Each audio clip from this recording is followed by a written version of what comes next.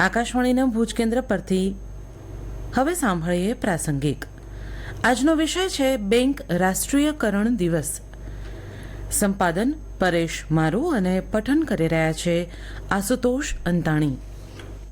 દેશમાં દર વર્ષે તારીખ 19મી જુલાઈના બેંક રાષ્ટ્રીયકરણ દિવસ મનાવવામાં આવે છે. દેશની યુવા પેઢીને બેંકના રાષ્ટ્રીયકરણને લઈ સમજણ આવે તે હેતુથી દર વર્ષે 19 જુલાઈના બેંક રાષ્ટ્રીયકરણ દિવસ ઉજવાય છે. બેંકની પ્રવૃત્તિઓના પુરાવાઓ પ્રાચીન સમયમાં સુદ્ધા જણાઈ આવે છે. બેંક એ એક એવી નાણાકીય સંસ્થા છે જે થાપણો સ્વીકારે છે અને પછી તે થાપણોને ધિરાણની પ્રવૃત્તિઓમાં રોકે છે. આમ તો બેંક પ્રાથમિક રૂપે ગ્રાહકોને નાણાકીય સેવા પૂરી પાડે છે, છતાં સાથે સાથે તે રોકાણકર્તાઓને પણ સમૃદ્ધ કરે છે. સમયે સમયે અને સ્થળ અનુસાર બેંકની નાણાકીય ગતિવિધિઓ પર સરકારના બંધનો બદલાતા રહે છે. નાણાકીય બજારમાં બેંકો મહત્વના ખેલાડી ગણાય છે અને તે ભંડોળનું રોકાણ અને વ્યાજે ઉધારે આપવા જેવી સેવાઓ આપે છે. વર્ષ 1969માં તારીખ 19મી જુલાઈના ભારતના તત્કાલીન પ્રધાનમંત્રી ઇન્દિરા ગાંધી દ્વારા દેશની 14 બેંકનું રાષ્ટ્રીયકરણ કરવામાં આવ્યું હતું. આ ઘટના પહેલા દેશમાં ભારતીય સ્ટેટ બેંક એક જ નેશનલાઇઝ્ડ બેંક હતી અને તેના નિયંત્રણમાં દેશની 85% બેંક ડિપોઝિટ હતી. બેંકોના રાષ્ટ્રીયકરણથી બેંકો પાસે રહેલી 85% થાપણો સરકાર હસ્તક આવી ગઈ હતી. તત્કાલીન પ્રધાનમંત્રી ઇન્દિરા ગાંધીએ ભારતીય ચલણના રૂપિયાના મૂલ્યમાં સતત ધોવાણ અને દેશના નબળા આર્થિક વિકાસને ધ્યાનમાં રાખીને 14 બેંકનું રાષ્ટ્રીયકરણ કરવાનો નિર્ણય લીધો હતો. ઉપરાંત બેંકના રાષ્ટ્રીયકરણ પાછળનો ઉદ્દેશ કૃષિ, લઘુ ઉદ્યોગ અને નિકાસ જેવા ઓછા ધિરાણવાળા ક્ષેત્રોને નાણાકીય ભંડોળ પૂરું પાડવાનો હતો. રાષ્ટ્રીયકરણથી ભારતભરમાં બેન્કિંગ સિસ્ટમનો વિકાસ અને વિસ્તરણ થયા હતા. Allahabad bank, Canara bank, United bank of India, UCO bank, syndicate bank, Indian overseas bank, bank of Baroda, Punjab national bank, bank of India,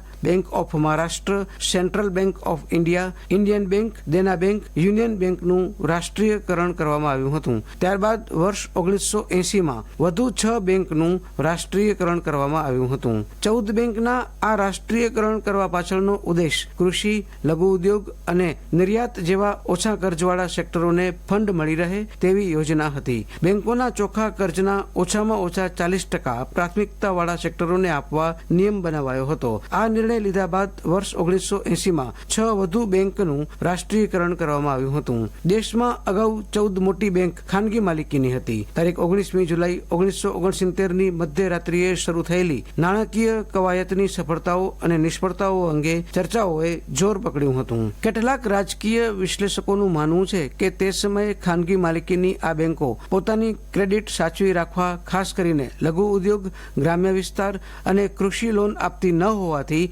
Indira સરકારે આ પગલું ભર્યું હતું. અર્થશાસ્ત્રીઓ એમ પણ માને છે કે બેંકોના રાષ્ટ્રીયકરણને લીધે દેશના અર્થતંત્રને ખૂબ મોટા પ્રમાણમાં લાભ થયો છે. ભારત જેવા વિકાસશીલ દેશમાં કેટલી બધી સરકારી યોજનાઓનો લાભ સીધો લાભાર્થીઓને પહોંચાડવાનું કામ એકમાત્ર નેશનલાઇઝ્ડ બેંક કરી રહી છે. જેમ કે પ્રધાનમંત્રી જનધન યોજના, પ્રધાનમંત્રી સુરક્ષા વીમા યોજના, પ્રધાનમંત્રી જનજીવન યોજના, પ્રધાનમંત્રી સ્વનિધિ યોજના જેવી અનેકવિધ યોજનાઓ છે. અને સાથે સાથે ડાયરેક્ટ બેનિફિટ ટ્રાન્સફર DBT જે ખેડૂતો અને ગેસની સબસિડી જેવી ઘણી બાબતો સીધી લોકો સુધી પહોંચાડવાનું કામ નેશનલાઇઝ્ડ બેંકો દ્વારા થયું છે. ગરીબો, ખેડૂતો, નાના શ્રમિકો, નાના વેપારીઓ સુધી બધી જ જગ્યાએ રાષ્ટ્રીયકૃત બેંક તેમને આગળ વધવામાં સતત સહયોગ કરે છે. આ નિરંતરતા દ્વારા બેંક સમાજના નીચલા વર્ગના લોકોની સેવા કરતી રહે અને મોટા ઉદ્યોગોને આગળ વધારવાનું કામ નિરંતર કરે છે, જેનાથી રોજગારીનું સર્જન થાય અને નવા રોજગાર આપવામાં પણ ભારતીય પરિદ્રશ્યમાં આજે રાષ્ટ્રીયકૃત બેંકો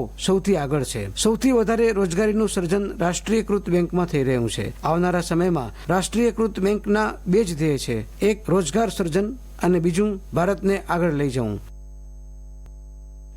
હમણાં જ આપ સાંભળી રહ્યા હતા પ્રાસંગિક. પ્રસારણ આકાશવાણીના ભુજ કેન્દ્ર પરથી કરવામાં આવ્યું.